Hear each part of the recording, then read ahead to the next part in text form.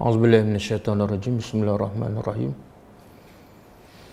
Alhamdulillahi rabbil alamin, nahmaduhu wa nasta'inuhu wa nastaghfiruh wa na'udzubillahi min shururi anfusina wa min sayyiati a'malina. May yahdihillahu fala mudilla lahu wa may yudlil fala hadiya lahu. Asyhadu an la ilaha illallah wahdahu la syarika lah wa asyhadu anna Muhammadan 'abduhu wa rasuluh. Subhanaka la ilma lana illa ma 'allamtana innaka antal alimul hakim.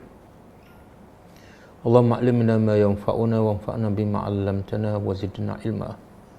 Allahumma ati anfusana taqwaha wa zakkiha anta khairu man zakkaha anta waliyuha wa maulaha. Rabbi yassir wa la tu'assir, Rabbi tammi bil khair, amma ba'du. Okay, hari ini kita tadabbur surah At-Tin. Kelas hari ini ditaja oleh Syariah, dan kelas Syariah adalah kita tadabbur surah juzuk Amma, juzuk 30.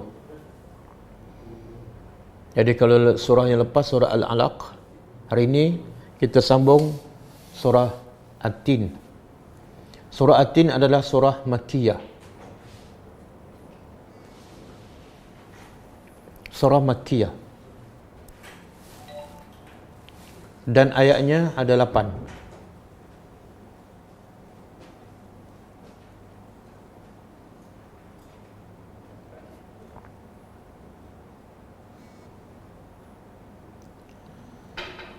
Surah ini turun selepas surah Al-Buruj.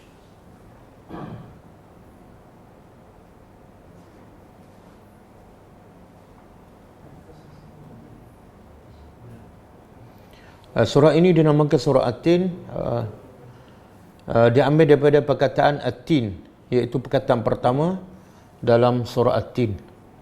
Ada ulama menamakan surah At-Tin, ada ulama menamakan surah Wat-Tin, iaitu dimasukkan sekali dengan waw.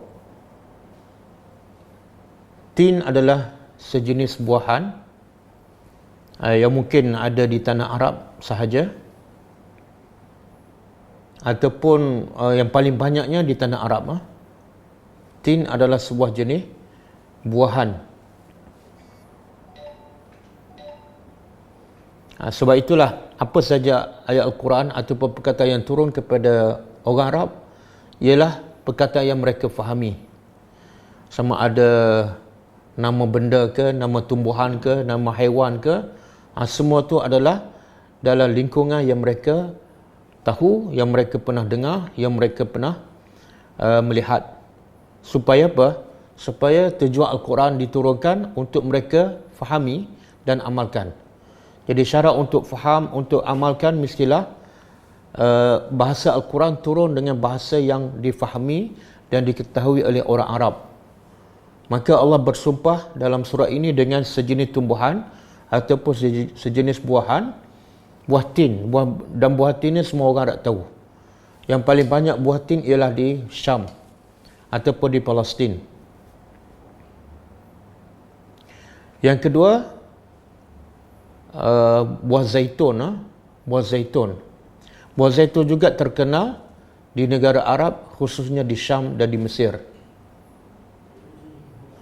Jadi apa munasabah?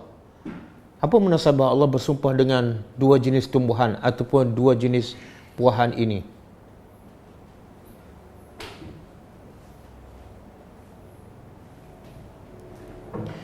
Dia dalam tafsir menyebut beza dua jenis buah ni ialah buah tin, dia banyak kelebihannya, banyak khasiatnya, tapi dia cepat rosak. Dia tak boleh tahan lama. Kalau kita pergi Mekah, kita beli buah tin yang dah kering tu, dia tak boleh tahan lama, sama ada ketika dia basah ataupun ketika dia kering. Adapun buah zaitun manfaatnya lagi besar. Bahkan Allah sebut dalam surah Al-Mu'minun ayat 20. Boleh buka surah Al-Mu'minun ayat 20.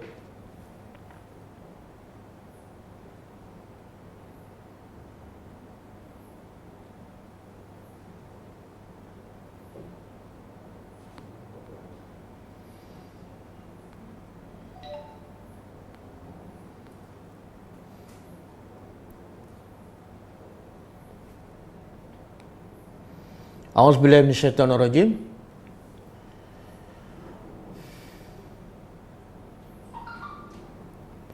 Allah kata wa syajaratan takhruju min turi sayna. Syajarah pokok takhruju yang keluar min turi sayna, daripada bukit Tur. Tur adalah nama bukit, Sayna adalah nama tempat. Turi Sayna ni sama dengan dalam surah At-Tin, iaitu Tur Sinin. Ada ketika Allah sebut Tur Sayna, ada ketika Allah menyebut Tur Sinin. Dan ulama beza pendapat. Ada mengatakan Tur Sayna ni adalah berada di Mesir, ada pendapat mengatakan ada di Syam. Dan bukit inilah tempat Nabi Musa bermunajat dengan Allah selama 40 hari. Dan di sini juga diturunkan kitab Taurat. Jadi Allah kata dalam ayat 20 ni, surah Al-Mu'minun, pokok, iaitu pokok zaitun. Ini kelebihan pokok zaitun. Sehingga Allah sebut dan Allah bagi tahu kelebihan pokok zaitun dan buah zaitun. Pokok itu takhruju, keluar daripada Turi Sayna, daripada kawasan sekitar bukit Sayna. Tambutu, dia menumbuhkan dan mengeluarkan biduhni. Duhni mana minyak. Duhni mana minyak. Wasibghin lil akilin, dan sebagai kuah, sebagai lauk untuk orang yang makan. Maksudnya daripada buah zaitun boleh keluar minyak, dan daripada minyak tu gunung ataupun bukit. Sebenarnya dalam bahasa Arab bila sebut jabal, dia boleh jadi gunung, boleh jadi bukit. Dalam bahasa Arab satu je, jabal. Tapi bahasa Melayu ada gunung, ada bukit. Dalam bahasa Arab satu je, jabal. Jadi nak kata gunung Tur Sayna pun boleh, nak kata bukit Tur Sayna pun boleh. Okey. Jadi Allah kata pokok zaitun ini biasanya banyak tumbuh di sekitar Tur Sayna di Mesir, dan ia boleh mengeluarkan duhni, minyak, dan wasibrin. Wasibrin makna boleh jadikan daripada minyak zaitun, boleh jadikan kuah dan lauk. Mungkin kita jarang, tapi orang Arab ni minyak zaitun terlalu banyak digunakan dalam masakan mereka. Bahkan kadang-kadang dia makan kacang full pagi-pagi tu, kacang full dengan roti pun ditaruh minyak zaitun supaya lebih sedap. Okey. Jadi kenapa Allah bersumpah dengan buah tin dan buah zaitun?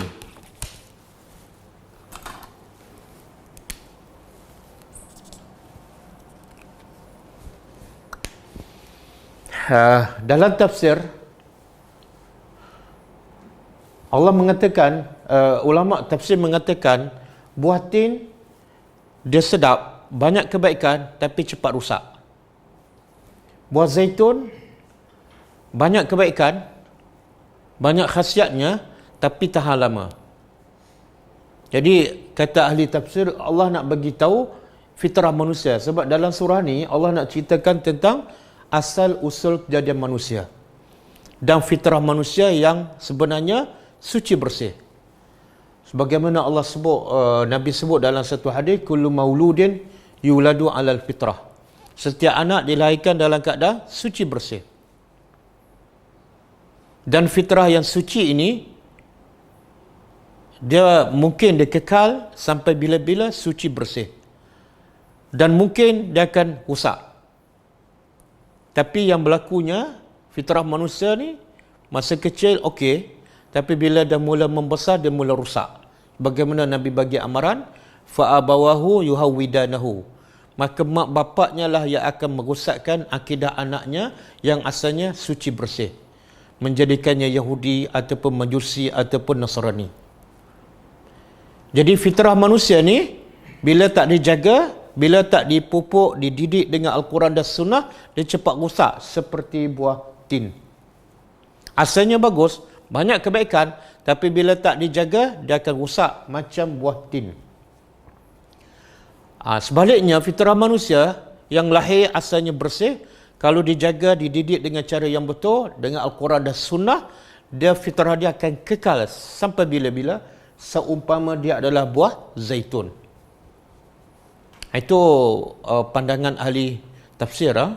Jadi Allah bersumpah dengan dua buah ni, dua jenis tumbuhan ataupun dua jenis buahan. Allah nak bagi tahu tabiat fitrah manusia, kalau dijaga betul-betul dia tahan lama, macam buah zaitun. Kalau siapa biasa makan buah zaitun kan, kadang-kadang kita dah simpan dalam botol, kita jerukkan, kadang-kadang sebulan, 2 bulan pun okey. Tapi buah tin, dia tak boleh tahan lama. Walaupun dia kering, simpan di luar, kadang-kadang ada ulat kat dalam. Okey? Itu satu. Pendapat kedua mengatakan buah tin dalam tafsir Al-Maghari, buah tin ni adalah kaitan dengan Nabi Adam.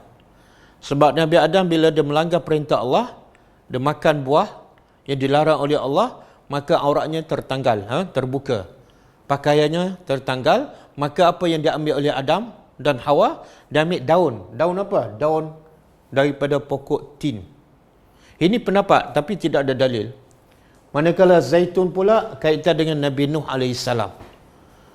Iaitu bila dah Nabi Nuh siap kapal, maka Allah bagi isyarat melalui burung. Burung tu bawa pokok bawa daun daripada pokok zaitun sebagai isyarat banjir akan datang. Itu semua disebut dalam tafsir Al-Maraghi tapi tidak ada dalil. Yang penting apa dia? Yang pentingnya Allah nak bagi tahu kehebatan Allah. Allah boleh mencipta macam-macam tumbuhan, macam-macam buah-buahan daripada tanah yang sama, daripada air hujan yang sama, tapi bila keluar bentuknya berbeza, warnanya berbeza, rasanya berbeza dan manfaatnya sangat besar. Bahkan dua jenis buah ni menjadi punca kehidupan orang Arab. Mereka boleh makan, boleh hidup, mereka boleh berniaga dan mereka dapat keuntungan untuk meneruskan kehidupan. Hanya dengan apa? Hanya dengan tumbuhan yang Allah tumbuh daripada tanah yang kosong dan daripada air hujan yang kosong. Jadi kebesaran Allah pada dua jenis buahan ini. Okey, kemudian Allah bersumpah pula watur dan demi Tur, bukit Tur. Sinin. Kadang-kadang Allah sebut macam dalam surah Al-Mu'minun, Allah sebut Saina. Dalam surah At-Tin Allah sebut Sinin. Kata ulama itu dua nama yang sama. Jadi yang ketiga Allah bersumpah dengan apa? Demi bukit Tur di Sinin ataupun di Saina. Yang saya sebut tadi ada ulama mengatakan bukit Tur ni ada mengatakan di Mesir, ada mengatakan di Syam. Tapi pendapat paling kuat di Mesir. Di sinilah ni apa hikmah pula? Kenapa Allah bersumpah dengan bukit Tur? Apa hikmah pula? Sebab di sinilah bukit yang tempat Nabi Musa mendapat wahyu, tempat turunnya kitab Taurat, tempat Nabi Musa bermunajat dengan Allah, tempat Nabi Musa bercakap dengan Allah. Jadi apa kaitan dengan surah ni? Intipati surah ni ialah Allah nak bagi tahu manusia diciptakan asalnya cantik, asalnya fitrah suci semula jadi. Tapi akhirnya rusak.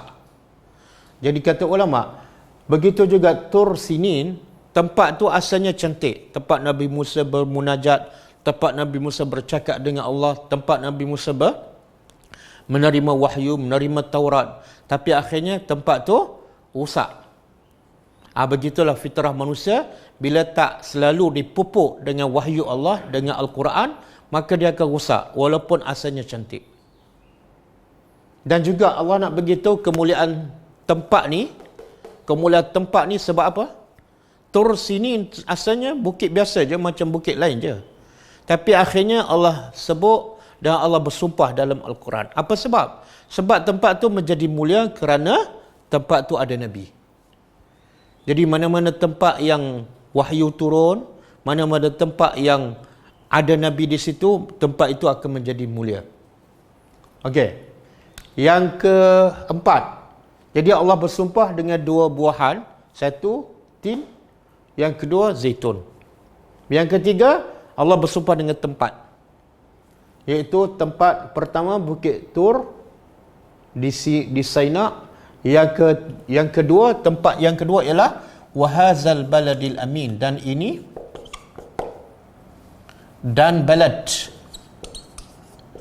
negeri ini al-amin, yang aman, yang aman.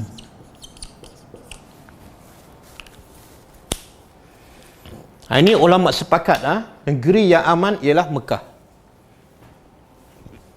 Okey, negeri yang aman ialah Mekah. Dan kita tahu Mekah ni negeri kering kontan, negeri padang pasir, negeri tak tumbuh apa-apa tumbuhan, negeri yang penuh dengan gunung ganang, bukit bukau. Jadi apa kelebihan Mekah sehingga Allah bersumpah?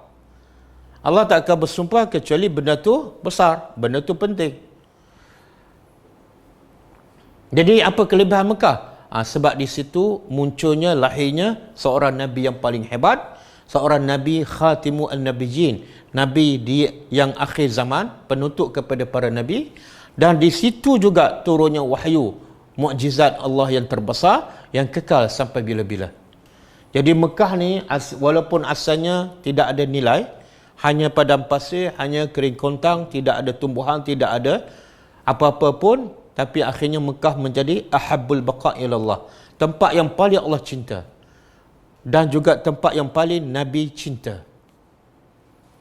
Sebab tu Allah kata al-baladi, sifatnya apa? Al-amin, amin, aman. Okey, jadi Allah bersumpah dengan dua tumbuhan, iaitu tin dan zaitun, dan dua tempat, Tur Sinin, iaitu di Mesir, yang kedua Mekah. Jadi macam saya sebut tadi, dua buah ni memberi isyarat bahawa fitrah manusia ada dua jenis. Kalau dijaga betul-betul, dia tahan lama. Kesuciannya, kemuliaannya akan tahan lama sebagaimana buah zaitun. Tapi kalau fitrah tu dicampur aduk dengan cinta dunia, dengan nafsu, dia akan jadi macam buah tin. Dia tak tahan lama. Kemudian Allah juga nak bagi tahu, Allah sebut sebenarnya pada zahir nampak dua tempat, dua tempat. Satu Tur Sinin, Mesir. Yang kedua Mekah. Tapi kata ulama sebenarnya ada tiga tempat. Di sini walaupun Allah sebut tin dan zaitun, tapi sebenarnya Allah nak refer kepada apa ni? Di Palestin. Tempat ni adalah tempat yang lagi ramai para nabi ada kat sini. Tin dan zaitun ni banyak tumbuh di Syam, di Palestin. Dan di sinilah tempat Nabi Ibrahim, tempat Nabi Isa, dan ramai lagi Nabi. Jadi Allah nak beritahu kemuliaan tempat tu sebab apa? Sebab ada manusia yang mulia.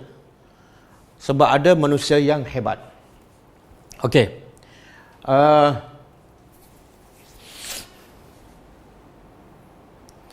Saya nak sebut, nak sentuh ni tentang Mekah. Dalam banyak-banyak tiga tempat ni, yang paling mulia ialah Mekah. Sehingga ada Nabi kata, ahabbul baqa' ilallah, tempat yang paling dicintai oleh Allah ialah Mekah.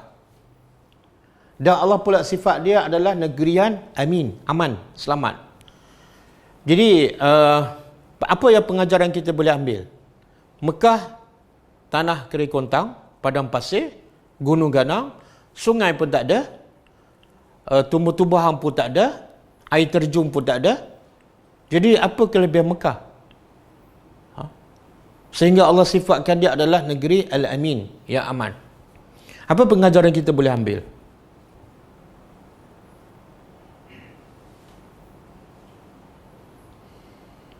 Saya nak tanya. Kita antara duduk di tengah padang pasir dengan duduk tepi sungai, mana lebih aman?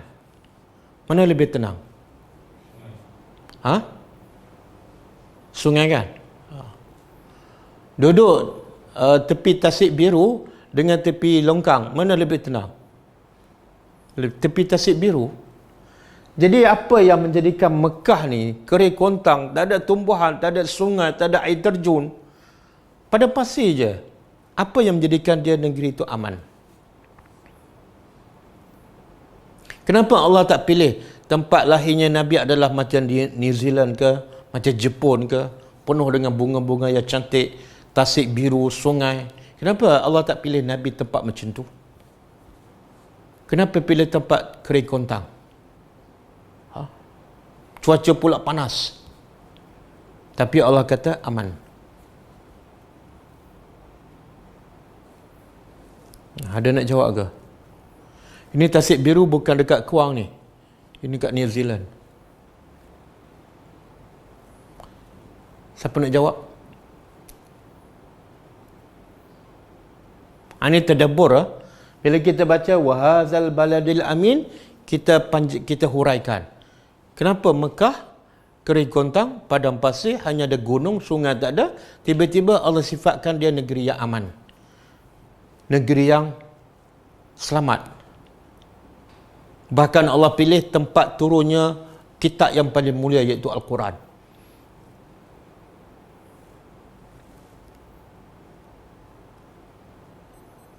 Apa jawapannya? Syarizal. Sebab kat Mekah ada Kaabah. Tapi kat Mekah ada Kaabah, Abu Jahal tak tenang pun, tak aman pun. Abu Lahab tak aman pun, walaupun Kaabah ada sebelahnya. Okey, pengajarannya Allah nak bagi tahu manusia itu akan menjadi tenang, manusia akan menjadi aman dan selamat bukan sebab tempat. Bukan sebab tempat. Kadang-kadang duduk rumah dia tepi sungai tapi jiwa dia tak tenang. Malam tak boleh bangun, subuh pun lewat. Cuba kita tengok di New Zealand kan, kita ramai orang pergi melancong kat sana. Tengok suasana. Tapi orang kat sana tak hirau pun. Bahkan mereka tetap kufur. Mereka tetap syirik. Walaupun nikmat Allah, keindahan ciptaan Allah di sana, sampai satu dunia pergi tempat dia. Tapi bagi mereka, tak ada pun. Jadi Allah sebenarnya nak bagi tahu, kalau nak aman, kalau nak tenang, kalau nak bahagia, dia tak ada kaitan dengan tempat. Dia berkait rapat dengan setakat mana hubungan kita dengan Allah. Kalau hubungan kita dengan Allah baik, duduklah dalam gua ke, dalam padang pasir ke, kita akan aman. Dan banyak. Yang ni yang Allah nak sebut ni. Manusia diciptakan sebaik-baik ciptaan. Tenang. Bukan sebab tempat. Tapi sebab asal fitrah manusia.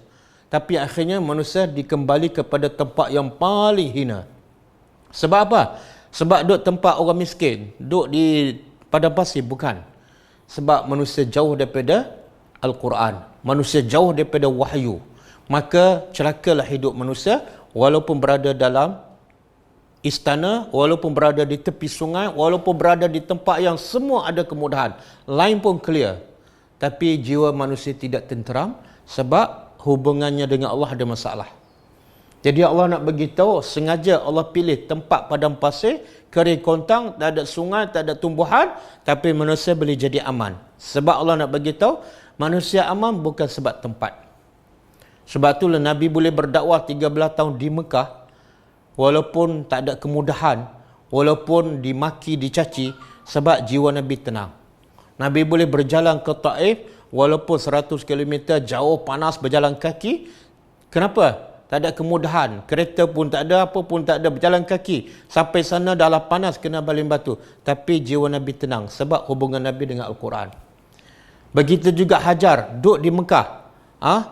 Berbelas tahun, dengan baby yang kecil, tanpa pokok, tanpa sungai, tapi dia boleh tenang sebab hubungannya dengan Allah. Nabi Yunus AS duduk dalam perut ikan, masih tenang dan boleh berzikir sebab hubungannya dengan Allah.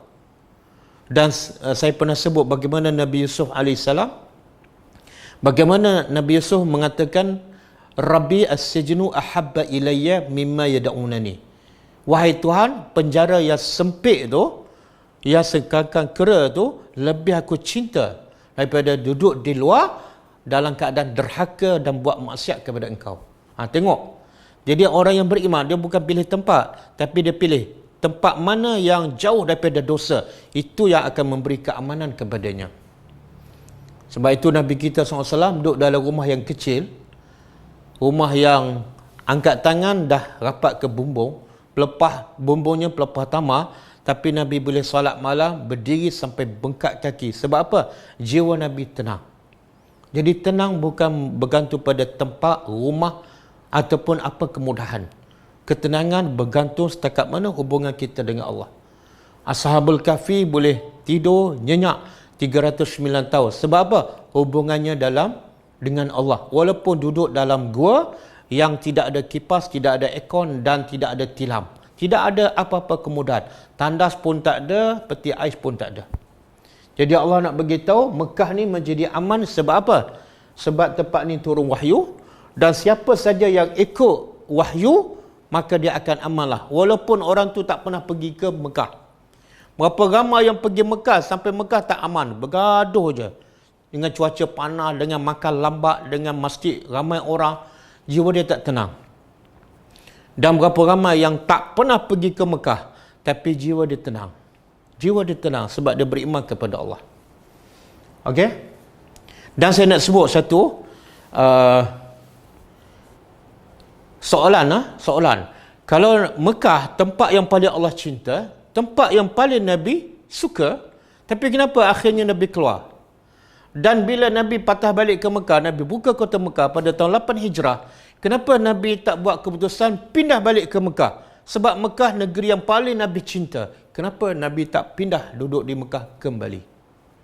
Bahkan Nabi pesan pada sahabat-sahabat yang berhijrah ke Madinah, bila kamu pergi ke Mekah, jangan duduk lama, jangan lebih pada 3 hari. Jangan lebih pada 3 hari. Balik semula ke Madinah. Jadi apa jawapannya? Sedangkan Mekah lah tempat paling Nabi cinta. Nabi cakap bila dikeluarkan daripada Mekah, Nabi cakap pada Mekah, engkaulah bumi yang paling aku cinta. Kalau tidak kaum aku mengusir aku takkan keluar. Sebab engkau tempat paling aku cinta. Tiba-tiba bila ada peluang Nabi balik semula ke Mekah dan buka kota Mekah, Nabi tak berpindah. Jadi soalannya kenapa?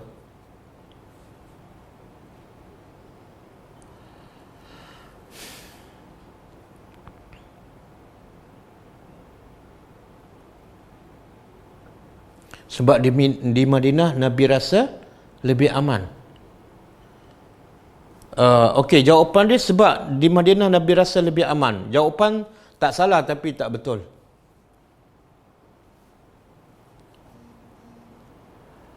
Apa jawapannya? Sebabnya ialah ada satu lagi kisah Sa'ad bin Abi Waqqas. Dia orang Mekah, kemudian berhijrah ke Madinah. Kemudian bila dia pergi ke Mekah untuk melakukan haji, dia sakit tenat sehingga dia berdoa kepada Nabi, dia rasa dia akan mati dan dia sedih sebab dia akan mati di Mekah. Subhanallah. Ini hadis sahih.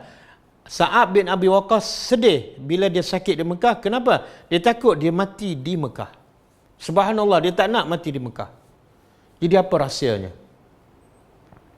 Sebab disebut dalam satu hadis Nabi kata, bila kamu pergi ke Mekah, jangan lebih pada 3 hari. Ini untuk sahabat daripada Mekah yang berhijrah ke Madinah. Jangan lebih pada 3 hari. Jangan duduk lama. Pastikan kamu balik semula ke Mekah, ke Madinah. Sebab bila kamu balik di Mekah dan duduk di Mekah, batallah amalan hijrah kamu. Nabi dan para sahabat berhijrah ke Madinah kerana Allah. Kerana perintah Allah. Kerana nak sebarkan dakwah. Jadi satu amalan yang sangat besar. Dan apabila makna hijrah tinggal satu tempat, pergi ke tempat lain. Bila patah balik, terbatallah amalan hijrah tersebut. Jadi amalan yang besar pahala, yang sangat mulia di sisi Allah, akan terbatal bila patah balik ke Mekah. Sebab tu Sa'ad bin Abi Waqqas sangat sedih bila dia sakit di Mekah. Sebab dia takut kalau dia mati di Mekah, terbatal amalan hijrahnya. Begitulah nilai. Nilai apa tu? Bukan nilai tempat. Nilai mentaati perintah Allah. Walaupun dia terpaksa tinggal tempat yang paling dia sayang, tapi dia tinggal sebab apa? Kerana Allah. Kerana Allah semata-mata, bukan nak cari rezeki di Madinah, bukan sebab nak jadi kaya di Madinah, bukan. Semata-mata kerana Allah. Itu yang memberi ketenangan pada Nabi dan sahabat sehingga mereka tak sanggup nak balik dan tinggal semula di Mekah. Okey? Jadi pengajaran yang paling besar untuk kita ialah kalau nak aman, jangan cari tempat. Bila stres je, tak payahlah pergi tepi sungai. Bila ada masalah keluarga, tak payah pergi ke tepi pantai. Tapi carilah Allah. Carilah Al-Quran. Walaupun kamu duduk dalam bilik yang sempit, insya-Allah Allah akan memberi kamu keamanan. Okey, kemudian apa yang Allah nak bagi tahu ni? Laqad khalaqnal insan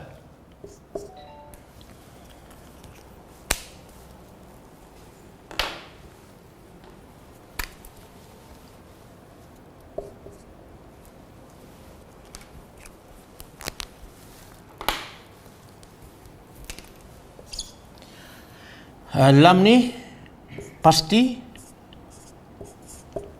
sesungguhnya.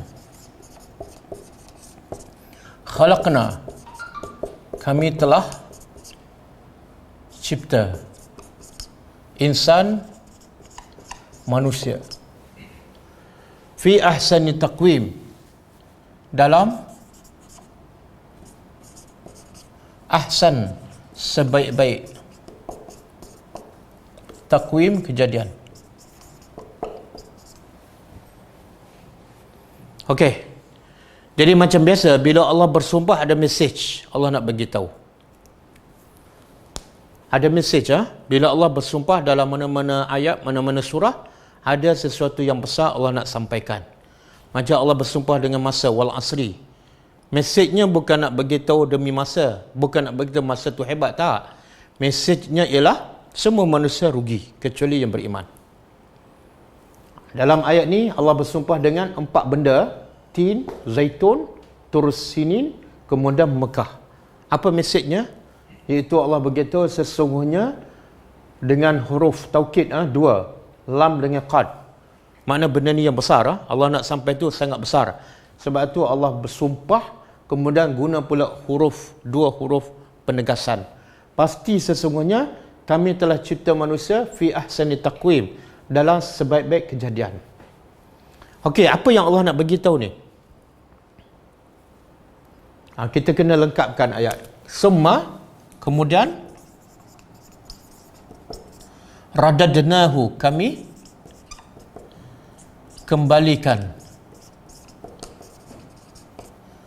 kembalikannya asfala, serendah-rendah ataupun sehina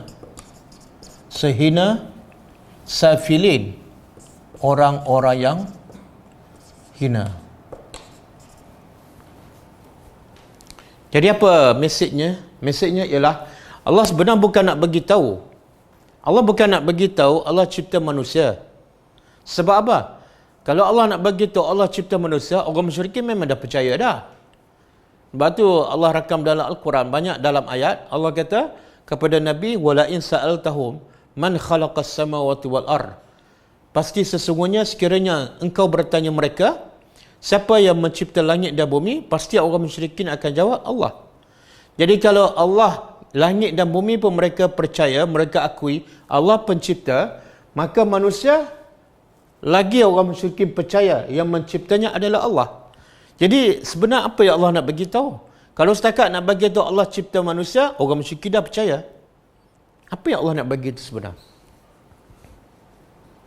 Sebenarnya Allah nak bagi tahu, sebenarnya kepercayaan kamu tu tak boleh dipakai. Sebab apa? Sebab macam kamu mengaku Allah mencipta langit dan bumi, pengakuan kamu tu tak boleh dipakai, tak boleh diterima. Sebab apa? Sebab kalau kamu mengaku Allah mencipta langit dan bumi, logiknya kamu sembah Allah. Tapi mulut kamu mengakui Allah hebat sampai mencipta langit, tapi kamu sembah berhala yang sangat-sangat lemah. Allah nak tempelak akal orang-orang musyrikin yang dah rusak, dah tak waras. Mulut cakap Allah hebat, tapi anggota badan sembah yang lain. Jadi Allah bukan nak beritahu Allah mencipta manusia, tak. Allah nak beritahu betapa bodohnya orang musyrikin dan mereka yang seumpamanya, yang mulut mengaku Allah hebat, tapi mereka tetap tidak menyembah Allah yang hebat. Jadi pengakuan mereka itu sebenar tak boleh dipakai. Itulah manusia yang bodoh, mengaku orang tu hebat tapi tak dengar cakap. Ni, dan Allah nak bagi tahu ramai manusia macam ni. Ramai manusia beriman tak pada Allah? Beriman. Kenapa? Sebab Allah hebat tapi tak solat. Beriman tak pada hukum Allah yang paling baik, paling adil? Ya, tapi tak tutup aurat. Ramai. Ini jenis-jenis orang-orang musyrikin Mekah. Mulut cakap lain, tapi tindakan tak sama dengan apa yang diucap. Maka sebab tu Allah nak bagi tahu akibat kamu mengaku Allah hebat tapi tak sembah. Apa dia? Radadnahu, kami akan kembalikan kamu tempat yang paling hina. Asfal ni isim tafdil lah. Asfal. Kalau bawah saflun. Saflun bawah. Kalau asfal paling bawah. Macam Hasan. Hasan baik. Kalau paling baik, ahsan. Jadi Allah nak bagi tahu, Allah tak kata kemudian kami jadikan manusia hina. Bukan. Tapi kami jadikan manusia paling hina. Okey. Bila tu manusia menjadi paling hina? Dan siapakah mereka itu? Apa maksud hina ni? Hina macam Allah sebut dalam surah Ali Imran. Allah kata apa? Rabbana. Sambung. Rabbana la tuzigh qulubana. Bukan.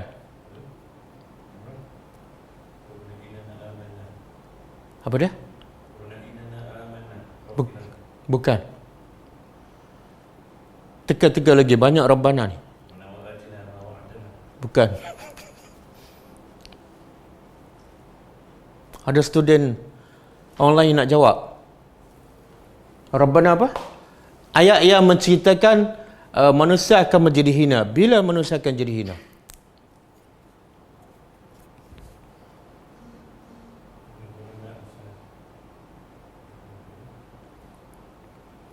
Adakah bila dia miskin? Adakah bila dia jadi orang biasa? 194. Apa tu? Hafiz. Apa 194 tu? Tiba-tiba keluar 194. Ali Imran. Cuba baca ayat tu. Rabbana innaka man tudkhilin nar faqad akhzaitah wa ma lizzalimina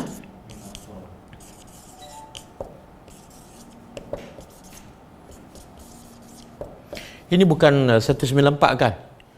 Ini 192 ke? Okey, cuba tengok. Kita tengok. Bila Allah kata Allah kembalikan manusia tempat paling hina, kita nak faham. Apa maksud hina tu? Hinanya, Allah sebut dalam surah Ali Imran. Rabbana, wahai Tuhan kami, innaka, sesungguhnya engkau, man tudkhilin nar.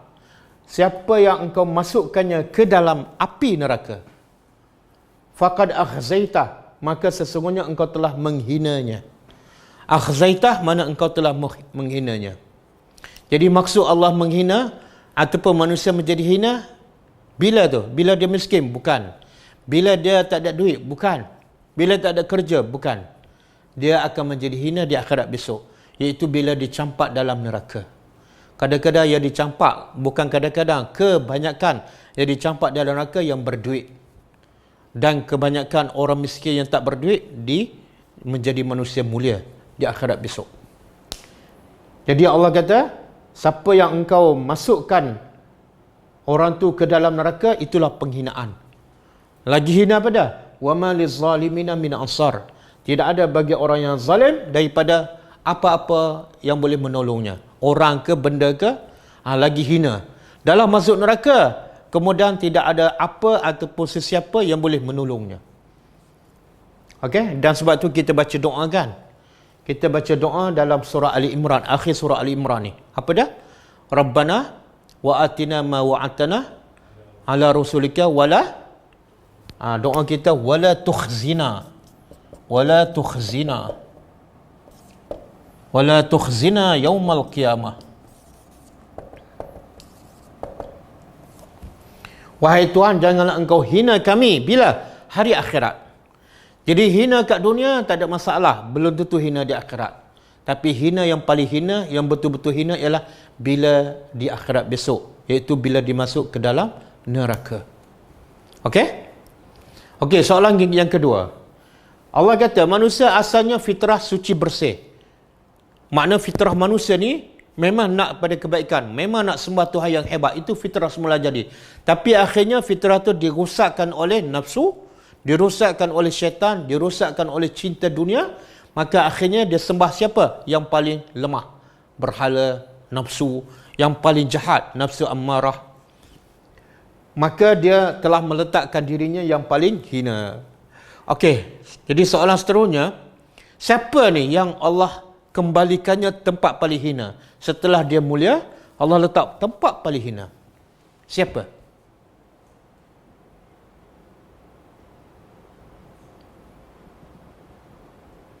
Kak Rohaya Osman. Betul. Sunnah Nabi baca surah Ali Imran daripada ayat 190 sampai 200. Bila ni? Bila bangun tidur. Bangun tidur tengah malam, sapu muka, pergi ke tingkat, tengok langit, baca 11 ayat ni. Lepas tu barulah Nabi berwuduk dan Nabi solat malam. Itu sunnah Nabi. Okey, soalan saya tadi, siapa ni yang dihina oleh Allah dan penghinaannya paling bawah sekali? Subhanallah. Makna apa ni? Orang yang paling bawah dalam neraka, orang yang solat. Bukan orang yang tak solat. Orang yang pergi haji, bukan orang yang tak pergi haji. Orang yang berpuasa, bukan orang yang tak berpuasa. Orang yang pergi berjihad, bukan orang yang tak berjihad. Rupa-rupanya yang paling hina, asfalas safilin, ialah orang tu ada bersama kita. Ada bersama Nabi, kan? Apa dalil? Ada dalil tak? Orang yang salat sebenarnya tempat yang paling hina. Orang yang berjihad bersama Nabi tempat paling bawah daripada orang kafir yang tak pernah salat. Apa dalilnya? Surah An-Nisa ayat 145. Surah An-Nisa ayat 145. Innal munafiqina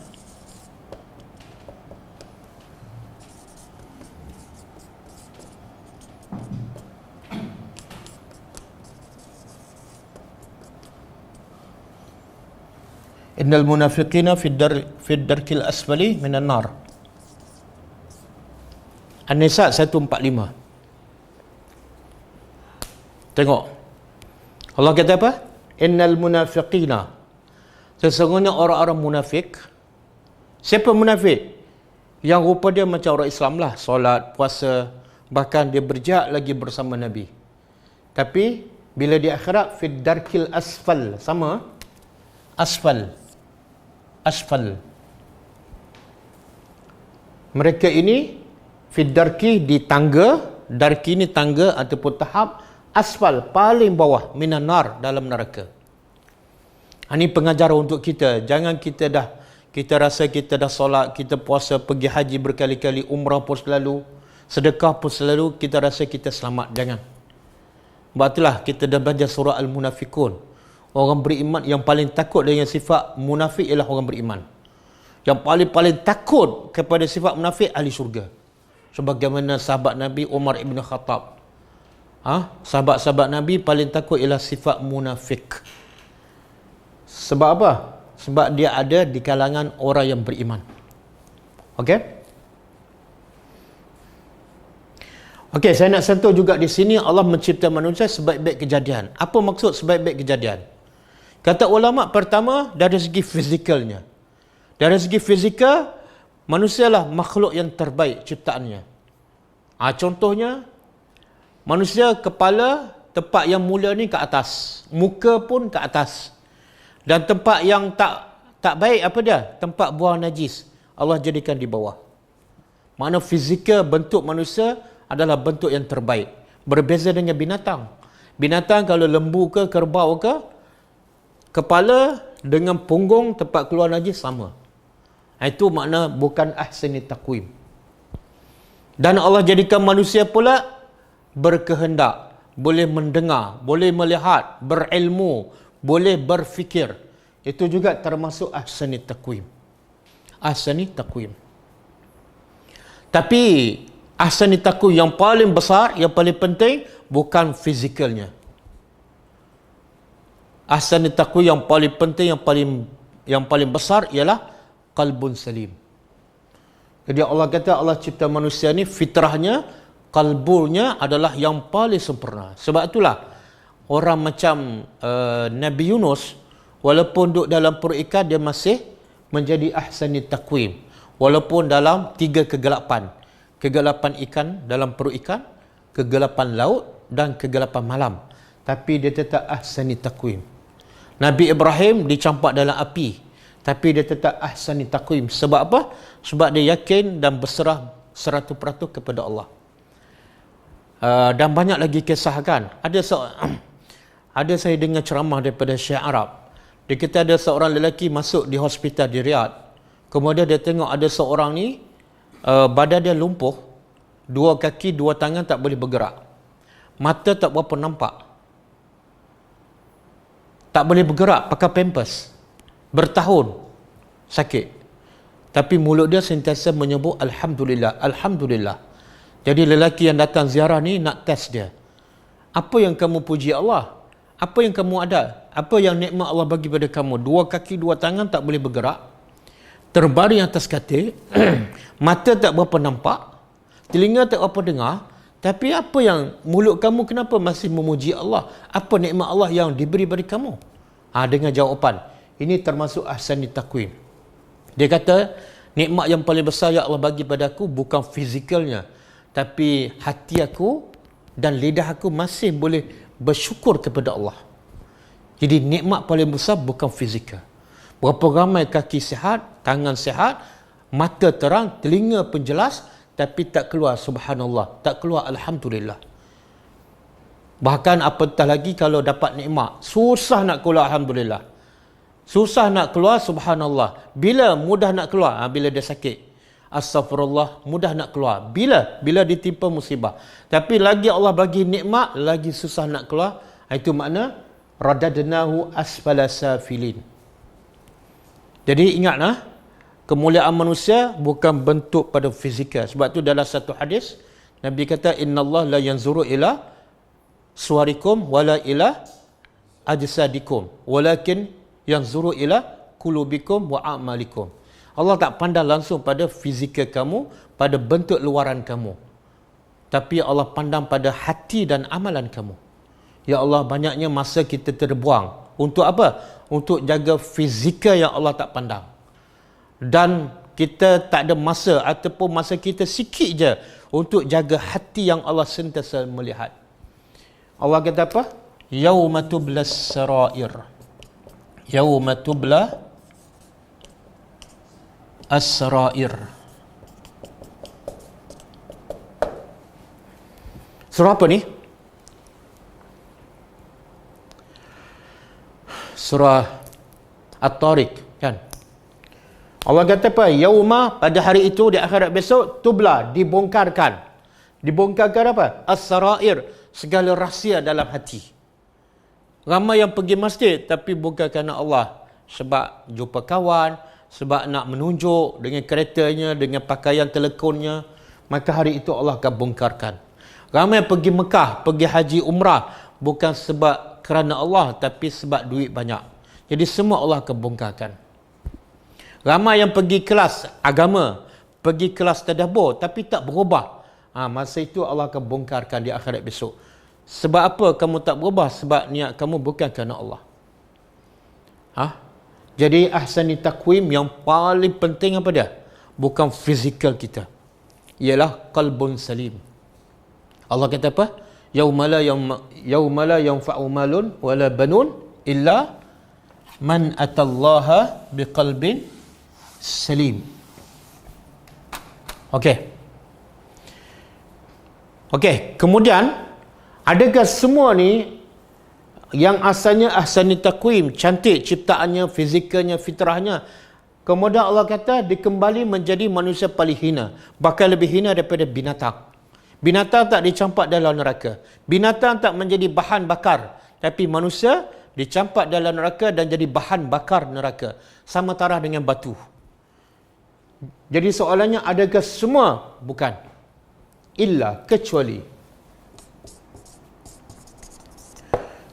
allazina, orang-orang yang amanu, mereka beriman. Jadi kalau tak nak dihina oleh Allah, tak nak dicampak dalam neraka, jadilah orang yang beriman dengan Allah. Dan tak cukup beriman, tak cukup beriman. Iman bukan sekadar ucapan, sebagaimana orang munafik. Tapi kena ada tanda bukti keimanan seseorang. Apa dia? Wa amilus salihat. Wa amilu, dan mereka beramal soleh. Macam mana nak amal soleh kalau kita tak belajar Al-Quran? Sebab semua perintah Allah ada dalam Al-Quran. Macam mana kita nak beribadat pada Allah dengan cara yang betul kalau kita tak belajar sunnah Nabi? Maka wajib belajar sunnah Nabi. Sebab tu kata Ibnu Abbas, melainkan orang yang beriman wa amilus salihat. Ibnu Abbas terjemah apa? Iaitu orang yang membaca dan mentadabbur Al-Quran. Mustahil lah, mustahil. Dalam keadaan dia tak faham Al-Quran, dia boleh beramal saleh. Mustahil. Dalam keadaan dia tak belajar sunnah Nabi, tapi dia boleh beramal saleh. Mustahil. Sebab tu kata Syekhul Islam Ibn Taymiyah, manusia akan menjadi ahsanit taqwim, fizikalnya, hatinya sampai bila-bila dengan cara ikut Nabi. Dengan cara ikut Nabi. Dan manusia boleh asfalas safilin, boleh menjadi orang yang hina ataupun paling hina dengan amalannya bercanggah dengan Nabi. Sebab yang kafir itu memang tak ada masalah, confirm dalam neraka. Tapi yang kita risau pada ni, yang solat, yang puasa tapi tak sama dengan Nabi. Yang berzikir tapi tak sama dengan Nabi. Kita takut mereka termasuk dalam asfalas safilin. Maka sebab itulah kata ulama wa amilus salihat, syarat beramal soleh iaitu amalannya mesti sama dengan Nabi. Sebagaimana Allah sebut dalam surah Ali Imran kan. Qul in kuntum tuhibbunallah fattabi'uni. Kalau kamu benar-benar cinta pada Allah, maka syaratnya ikut Nabi. Ikut Nabi itu adalah amal soleh. Maka falahum, bagi orang beriman dan amal soleh ni apa ganjarannya? Falahum, maka bagi mereka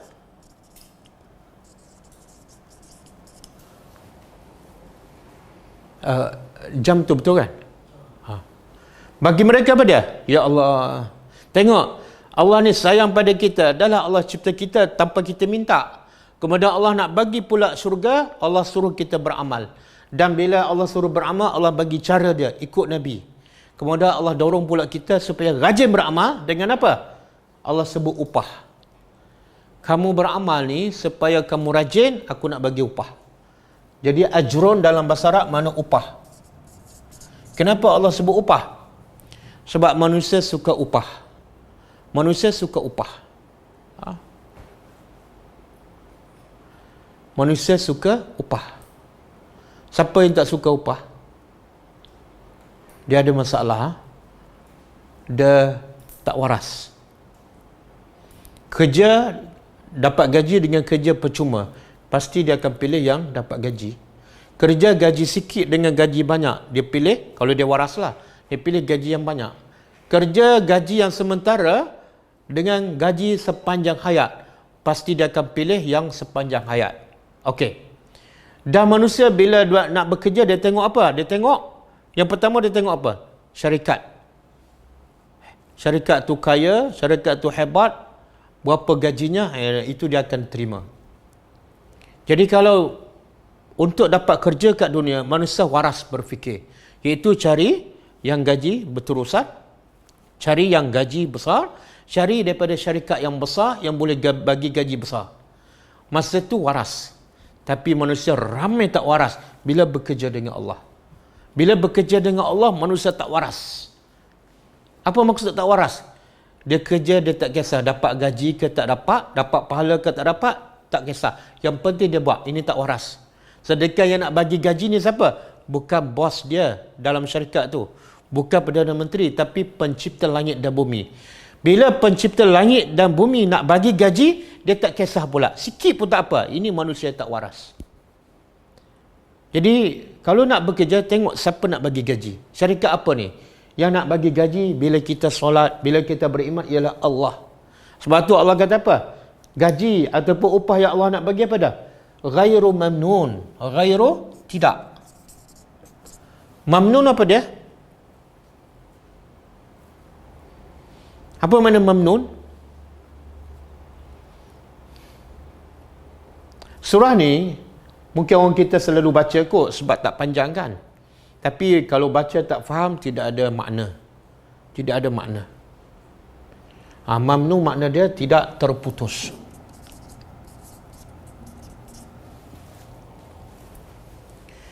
Tidak terputus. Kenapa Allah sebut tidak terputus? Sebab manusia bila diberi tawaran kerja, yang ni kerja kamu sampai umur 60 tak ada gaji dah.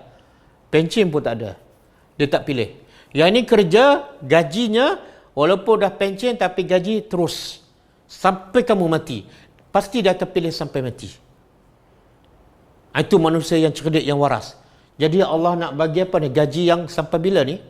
Ghairu mamnun, maknanya gaji yang Allah nak bagi bila kita bekerja, beriman, beramal soleh dengan Allah, gajinya ialah bukan setakat umur 60, bukan setakat mati, bukan setakat dalam kubur, bukan setakat daripada mahsyar, sampai ke syurga. Ya Allah, bodohnya manusia dan tidak kenalnya manusia akan Allah bila malas nak bekerja dengan pencipta langit dan bumi, tapi rajin nak bekerja dengan manusia yang lemah. Dengan manusia yang lemah, keluar pagi balik petang, keluar pagi balik petang, sampai ketua, sampai sakit. Walaupun manusia tu boleh bagi gaji yang terputus. Tiba-tiba bila solat, yang gajinya tak putus, buat lambat. Kadang-kadang terlepas, kadang-kadang berzikir terlupa. Ini menunjukkan manusia tidak kenal penciptanya. Manusia tidak kenal kehebatan, kebesaran Allah Subhanahu wa ta'ala. Jadi kalau orang beriman, bila tahu gaji dia dapat ni, kalau solat gaji tak putus, dia akan mesti buat awal. Dia akan mesti buat awal. Dan bila buat awal, dia tahu pula gaji tak putus, dia akan buat lagi lama. Kalau 3 kol pendek kan, sedangkan ini gaji tak putus. Jadi kalau 3 kol gaji tak putus, mesti sikit. Maka dia nak gaji tak putus tapi banyak. Maka dia hafal lagi surah lain.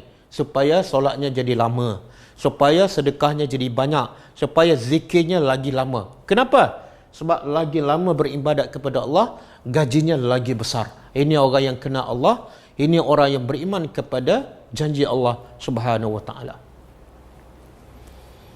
Kemudian Allah tempelak mereka, fama yukazzibuka. Maka setelah tawaran begitu hebat yang Allah bagi, dan Allah bagi warning, Allah bagi amaran, kalau tak beriman, kamu akan masuk dalam neraka paling bawah. Walaupun kamu solat. Tapi, ramai lagi manusia yang tak beriman dan tak percaya pada Allah. Maka Allah tanya soalan ni tanda pelik. Pelik bin ajaib. Apa dia? Fama yukazzibuka. Apa lagi yang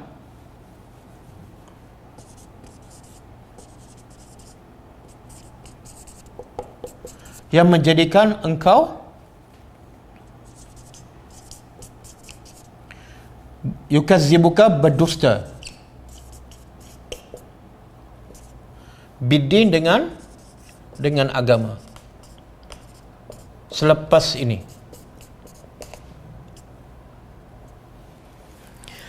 Setelah Allah cerita, Allah mencipta manusia, kemudian Allah bagi amaran, kalau tak beriman dimasuk dalam neraka paling bawah. Kemudian kalau kamu beriman, kamu selamat daripada neraka. Bukan setakat selamat, kamu akan dapat syurga dan ganjarannya tak putus-putus.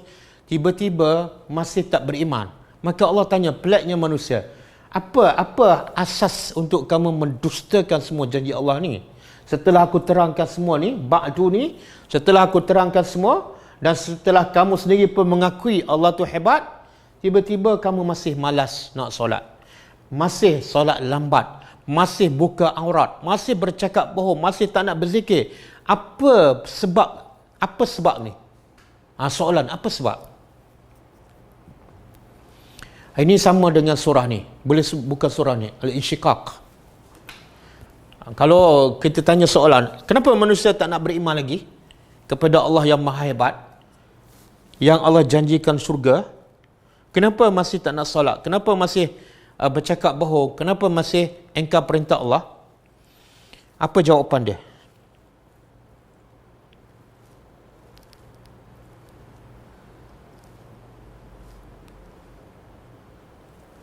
Buka surah Al-Infitar. Surah Al-Infitar ayat 6.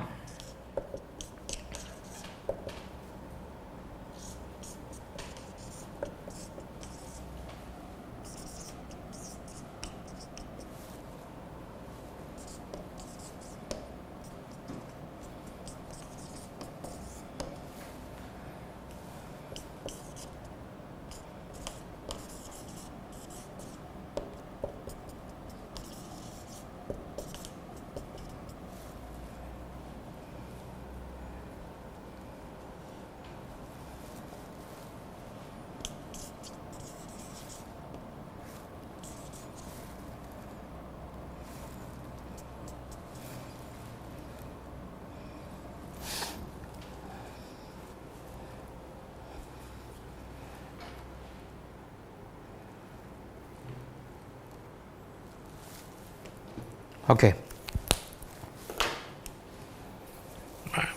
Surah Al-Infitar ayat 6. Allah kata apa? Ya ayyuhal insan, wahai manusia. Wahai manusia, ma gharraka? Apa yang menyebabkan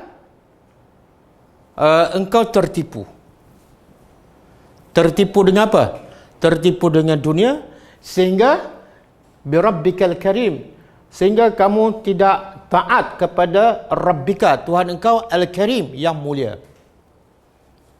Yang mulia, Al-Karim, Allah sebut Al-Karim. Apa makna Al-Karim? Allah ni sangat mulia, Allah bagi semua nikmatnya kepada yang beriman, yang tak beriman. Yang 50 tahun sembah patung, Allah tetap bagi nikmat. Itu Karim. Kita biasa bagi kebaikan pada orang yang buat baik kan, orang jahat tak. Tapi Allah ni, orang jahat pun Allah bagi. Kemudian Allah kata apa? Antara sifat karim Allah apa dia? Allazi khalaqaka, yang telah mencipta engkau, wasawwaka, lalu Allah menyempurnakan, melengkapkan kamu dengan anggota badan yang lengkap. Ada mata, ada telinga, ada akal, ada kaki, ada tangan, ada lidah, ada macam-macam lah. Kemudian fa'adalak, dan Allah selarikan anggota badan kamu dengan kemampuan kamu. Jadi sebenarnya apa yang Allah nak beritahu? Apa yang Allah nak beritahu dalam ayat ni? Sebenarnya Allah nak beritahu, punca manusia tak beriman, punca manusia tak kenal Allah ialah ni, Al-Karim, Allazi khalaqaka fasawwaka fa'adalak. Sebenarnya inilah punca utama untuk manusia beriman kepada Allah, percaya pada Allah dan mentaatinya. Apa dia? Bila kamu kenal Allah tu Karim, Allah tu sangat baik, solat lambat pun bagi sihat lagi, solat lambat pun bagi naik pangkat lagi, solat lambat pun bagi anak berjaya lagi. Sebab apa dia Karim? Kemudian Karim Allah yang paling besar, dia mencipta kamu daripada tiada apa-apa dan melengkapkan keperluan kamu. Anggota badannya, akalnya, telinganya, matanya, semua lengkap. Jadi kalau kamu kenal Allah yang Maha Karim, kamu tak akan tertipu dengan dunia. Logiknya, analogi macam ni. Kita antara apa penghalang untuk kita buat jahat pada orang, seseorang? Penghalangnya ialah bila orang tu buat baik pada kita. Bila orang tu buat baik pada kita, kebaikannya menghalang untuk kita buat jahat pada dia. Saya ulang, penghalang kita buat jahat pada orang ialah bila orang tu buat baik pada kita. Sebab tu dalam surah Fussilat Allah kata idfa' billati hiya ahsan. Kalau orang buat jahat pada kamu, maka balaslah dengan kebaikan, dengan apa yang terbaik. Kenapa? Sebab Allah tahu bila kamu balas kejahatan orang dengan kebaikan, dia akan berhenti buat jahat. Sebab dia tak sampai hati nak buat jahat pada orang yang buat baik padanya. Maka Allah nak beritahu, yang kamu buat jahat pada Allah sebab apa? Sebab kamu tak rasa Allah tu Karim. Kamu tak rasa, tak yakin Allah yang mencipta kamu. Ni, ahsani taqwim. Jadi inilah penghalang manusia mentaati Allah. Iaitu dia tak yakin, tak rasa Allah yang menciptanya, Allah sangat karim pada dia. Maka dia langgar je perintah Allah. Dan sebaliknya juga, inilah sebab utama untuk manusia, yang mendorong manusia untuk buat kebaikan, untuk mentaati Allah. Pendorong utama apa dah? Bila dia kenal Allah, Allah sangat karim kepadanya. Allah menciptanya, Allah bagi anggota badan, Allah bagi sihat wal afiah, Allah bagi mata terang, Allah bagi telinga jelas mendengar. Ya Allah, tak sampai hati aku nak melewatkan solat, tak sampai hati aku nak buka aurat, tak sampai hati aku nak ikut nafsu. Okey? Jadi ayat ni Allah nak beritahu, punca manusia engkar ialah punca mereka tak kenal Allah. Allah tu sangat karim kepadanya. Dan sebaliknya, punca manusia mentaati Allah ialah bila manusia kenal Allah Al-Karim, Allazi khalaqaka fasawwaka fa'adalak. Okey, ayat yang terakhir. Ayat terakhir, Allah tanya, alaisallah, yang kamu engkar perintah Allah ni, bukankah Allah itu biahkam sebaik-baik hakim.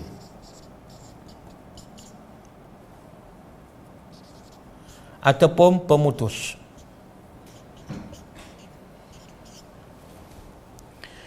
Jadi Allah tanya lagi, tanya Allah bukan nak jawapan. Sebagaimana kita banyak belajar daripada ayat-ayat yang lepas, banyak soalan yang Allah bertanya hamba-Nya. Allah bukan nak jawapan sebab Allah Maha mengetahui. Tapi Allah nak tempelak, kadang-kadang Allah nak mencela, kadang-kadang Allah nak buka minda supaya kita sedar. Allah kata apa?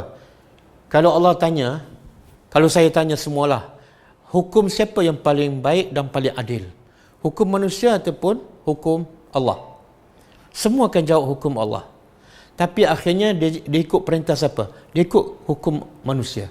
Dia ikut peraturan manusia. Kalau nak bekerja, manusia bagi apa syarat? Datang pukul 8 tepat, lewat, kena warning. Balik pula tak boleh awal. Semua dia ikut. Kena pakai uniform. Yang kerja kilang tu, pakai kadang-kadang pakaian uniform kilang tu memang tak cantik. Tapi demi nak duit, dia dengar cakap. Tapi bila Allah bagi syarat, syarat nak jadi hamba aku, tutup aurat. Syarat nak jadi hamba aku kena salat tepat pada waktu. Mulut dia cakap hukum Allah paling baik, tapi tindakannya mengatakan hukum Allah tak baik. Ini Allah nak buka minda.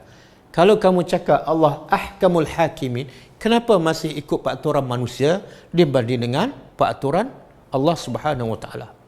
Buka minda, buka hati, lapang dada, berfikir dengan tenang. Kalau nak upah yang tidak putus-putus, kalau nak keamanan, ketenangan yang berpanjangan, maka taatlah pada ahkamil hakimin. Okey? Jadi kesimpulan daripada surah At-Tin. Kesimpulan daripada surah At-Tin ialah, pertama Allah nak bagi tahu fitrah manusia ni asalnya suci, bersih dan sesuai dengan agama. Sebab itulah kalau fitrah kita suci, senang je nak solat, senang je nak bangun malam, senang je nak berzikir kepada Allah secara semula jadi. Bila tu? Bila fitrah kita masih suci. Tapi akhirnya sebab kita dicipta oleh Allah tapi banyak dengan cakap manusia, banyak ikut nafsu, akhirnya fitrah kita jadi kotor. Bila kotor macam buah tinah, bila dah kotor buang, tak terpakai, tak ada nilai. Sebab tu Allah kata bila ikut nafsu, maka dicampak di tempat yang asfala safilin, lebih hina daripada binatang, lebih hina daripada batu yang disembah. Jadi marilah kita sama-sama kembali kepada Allah. Kalau betul matlamat kita hidup nak tenang, nak aman, nak bahagia yang kekal abadi, kita tidak ada pilihan. Baliklah kepada Allah Subhanahu Wa Taala, barulah kita akan dapat yang sebenarnya yang kita nak tu bukan bergantung pada duit, bukan bergantung pada rumah, bukan bergantung pada tempat. Dia hanya bergantung pada hubungan kita dengan Allah. Percayalah, yakinlah. Kalau kita taat pada perintah Allah, duit tak ada pun jadi tenang. Tapi kalau duit banyak, tak ikut perintah Allah, jiwa kita bercelaru. Jiwa kita tak tenang. Macam-macam masalah Allah bagi. Sebagaimana Nabi sebut dalam satu hadis, siapa yang menjadikan dunia sebagai matlamatnya, maka Allah jadikan kefakiran depan matanya. Sentiasa rasa tak cukup bila dunia sebagai matlamat. Dan Allah jadikan urusannya huru-hara, kelang kabut. Dan Allah tak bagi padanya dunia melainkan setakat yang dia usaha saja, tak lebih pada itu. Bila tu? Bila dijadikan dunia sebagai matlamat hidup. Tapi sebaliknya Nabi kata, siapa yang menjadikan akhirat Allah sebagai matlamat hidupnya, Allah jadikan kekayaan depan matanya. Sentiasa rasa cukup. Dan Allah akan bantu untuk dia selesaikan masalah kehidupannya, masalah dirinya, masalah keluarganya, masalah ekonominya, dan Allah akan bagi rezeki padanya apa yang dia tak sangka. Bila tu? Bila matlamatnya adalah Allah dan juga akhirat. Wallahu alam. Cukup Ada soalan? Tak ada? Okey, kalau tak ada kita cukup, kita tutup dengan membaca tasbih kafarah. Subhanakallahumma wa bihamdika asyhadu an la ilaha illa anta astaghfiruka wa atubu ilaik. Assalamualaikum warahmatullahi wabarakatuh. Kelas seterusnya besok pukul 10.30 insya-Allah. Kelas seterusnya ialah besok pukul 10.30 insya-Allah. Syair ketuhanan dah tutup dah. Syair ketuhanan adakah termasuk dalam zikir? Bukan. Zikir ialah apa yang disebut oleh Nabi dalam hadis ataupun yang disebut oleh Allah dalam Al-Quran. Selain pada itu bukan zikir.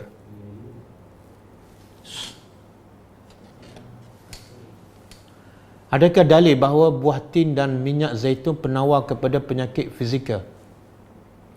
Dia sebenarnya tidak ada dalil, tapi dalam agama memberi dalam bab tu untuk berubat, kalau hasil kajian, hasil penyelidikan dan disahkan oleh pakar, maka boleh kita nak gunakan dia sebagai ubat untuk merawat. Tapi syaratnya jangan yakin ubat tu yang akan menyembuhkan. Jadi tak salah. Macam kita ambil ubat kat doktor lah kan. Itu hasil kajian pakar-pakar, maka kita pun terima. Tapi kita tak pernah yakin pun ubat tu yang akan menyembuh. Itu sebagai usaha dan ikhtiar.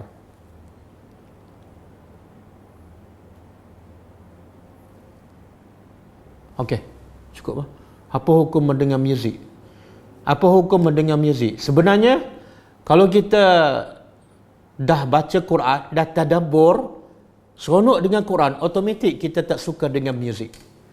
Jadi sebenarnya muzik ni tak perlu kita dengar sebab dia tak memberi apa-apa kebaikan. Allah bersumpah dengan Allah sebut ciri-ciri orang beriman, wallazina hum anil lagwi mu'ridun. Orang beriman dia sentiasa jauh daripada benda yang lara. Jadi muzik ni kalau tak berdosa pun dia melarakan kita. Dia membuang masa kita. Saya tak, sebab ulama beza pendapat, ada kata haram, ada kata selagi mana tak melalaikan kita boleh.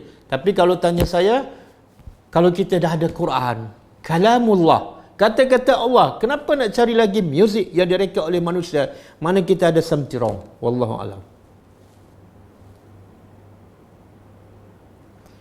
Ikhlaskah jika berharap ganjaran daripada amal soleh? Sebenarnya yang banyak bagi tawaran tentang amalan soleh ni, kalau buat amalan ni pahala sekian. Yang banyak bagi tawaran siapa? Allah sendiri dalam Al-Quran dan Nabi sendiri. Salat sunat 2 rakaat subuh lebih baik pada dunia. Jadi yang bagi tawaran tu Allah dan Rasul. Jadi kenapa kita nak kata salah bila kita beribadat untuk dapat tawaran yang ditawarkan oleh Allah dan Rasul? Tak salah. Kecuali kita buat amalan nak tawaran yang dibuat oleh manusia, yang tu salah. Wallahu alam.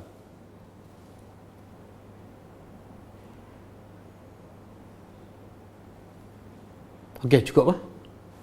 Dah tutup kan? Kita tutup dengan membaca tasbih kafarah. Subhanakallahumma wa bihamdika asyhadu an la ilaha illa anta astaghfiruka wa atubu ilaik. Assalamualaikum warahmatullahi wabarakatuh.